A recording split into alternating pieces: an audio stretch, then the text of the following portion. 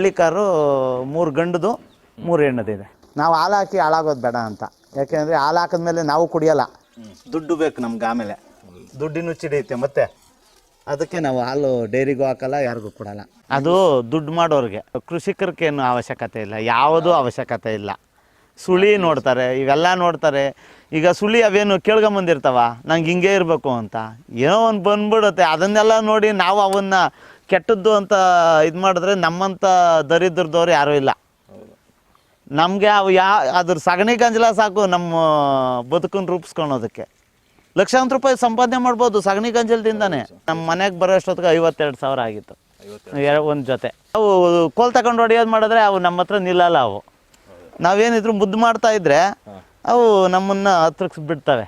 ಎಲ್ಲ ಥರದ ಪ್ರಾಣಿಗಳು ನಮ್ಮ ಜೊತೆ ಇರಬೇಕು. ನಾವು ಅದನ್ನ ನೋಡ್ಕೊಂಡು ಖುಷಿಯಿಂದ ಬದುಕಬೇಕು. ನಗನಗ್ತಾ ಬಾಳಿದ್ರೆ ಆರ್ಟ್ಗೆ ಭಾಳ ಆನಂದ.